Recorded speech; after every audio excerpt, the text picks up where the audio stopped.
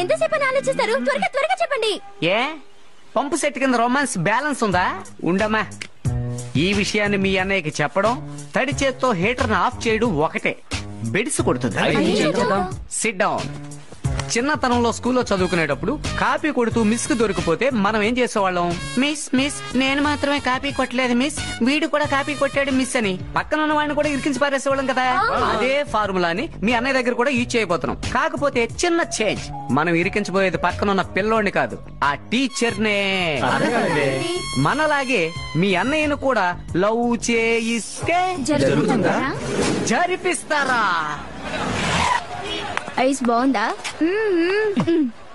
ఏంట్రా చదువుకోకుండా ice fruit తినిపిస్తున్నావా? పోయి చదువుకో పో. పదండి పోదాం. అదేంటి పేలు? మరేంట్రా, ఆ పుల్ల ఐసులో ఊకే మీ అన్నయ్య నెత్తిన కొట్టి తరివేశాడు. అటు చూడు, ఆయన వయసుకి ఆ తెల్ల బొచ్చుకి ఏమన్నా సంబంధం ఉందా? నాది బాల నెరుపు, జుట్టుకి రంగు వేసుకోను అంటే ఏ పిల్లరా ఈయన లవ్ చేస్తుంది? అన్నయ్య తల ఎందుకు నెరిసిందో నేను కనిపెట్టేశాను. ఎందుకు? ఆ టీ కొట్టు భాయ్ 10 నిమిషాలకోసారి అన్నయ్యకి బ్లాక్ టీ ఇచ్చి ఇచ్చి అన్నయ్య తల నెరిసిపోయేలా చేశాడు. టీ కొట్టు భాయ్ దుకాణం దగ్గరకు వచ్చి గొడవ పెడుతున్నారు.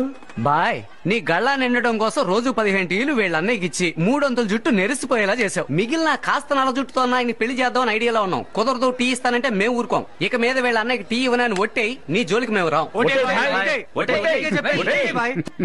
అరే బాయ్, ఎందుకు అలా నవ్వుతావు?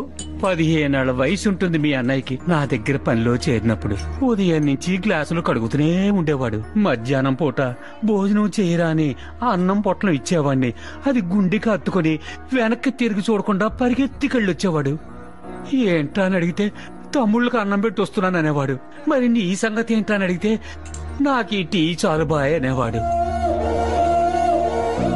మాషాల్లా, టీ తాగే మిమ్మల్ని ఎంత వాళ్ళని చేశాడురా. వాడికి టీ తాగడం నేను ఇవ్వడం అలవాటైపోయిందిరా. మీకు చేతనైంది మీరు చేసుకోండి పొండ్రా.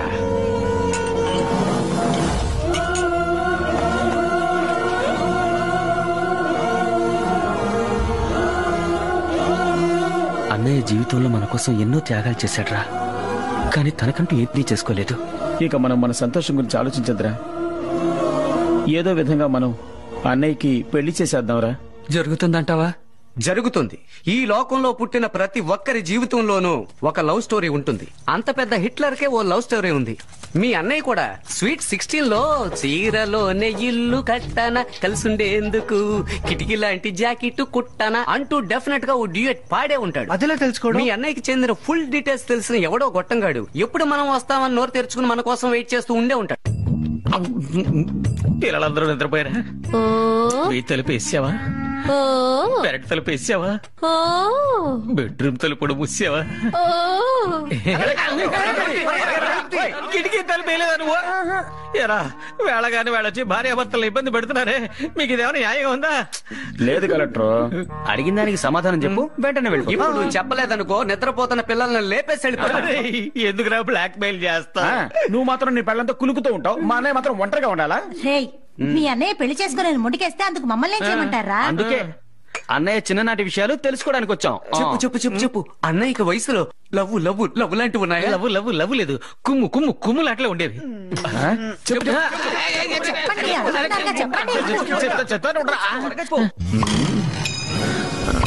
నీ మొహం చూడలేకపోతున్నావయ్యా, ఏదో ఒకటి త్వరగా చెప్పు.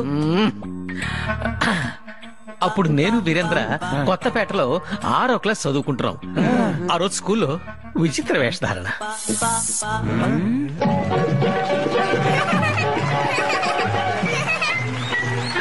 తరువాత ఆండాల్గా 6వ తరగతి చదివే గోమతీదేవి దర్శనమిస్తుంది.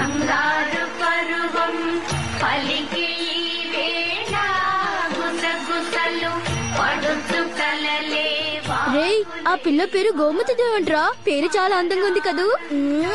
ఏ దేశం ఎగినా, ఎందుకు ఆలిడినా, ఏ పీఠం ఎక్కినా, ఎవరేమనినా పొగడరా నీ తల్లి.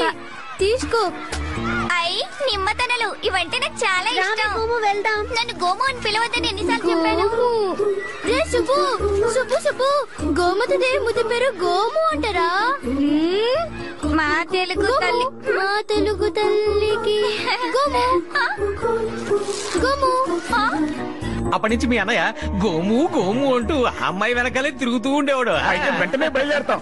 ఎక్కడున్నా గోమతి దేవిని ఎత్తుకొచ్చేస్తాం. అన్నయ్యకి పెళ్లి జరిపించేస్తా. Come on, let's go, go, go, go. మరి ఆ నలుగురిని ఏం చేస్తారు మీరు? ఏ నలుగురు? గోమతీదేవి మొగుడిని, ముగ్గురు పిల్లల్ని. ఏమంటున్నావయ్యా? ఆ గోమతీదేవి కుటుంబంతో సహా గుంటూరులో సెటిల్ అయింది. పోయిన వారం క్యాంప్కి వెళ్ళినప్పుడు చూసా. ఉన్నది ఒక్క రూటు, అది కూడా డెడ్ ఎండ్ అయిపోయిందా? రే, ఇంకా మీ అన్నయ్య ఎవరికి తాళి కట్టలేడు గాని తలపాగా చుట్టుకోమను.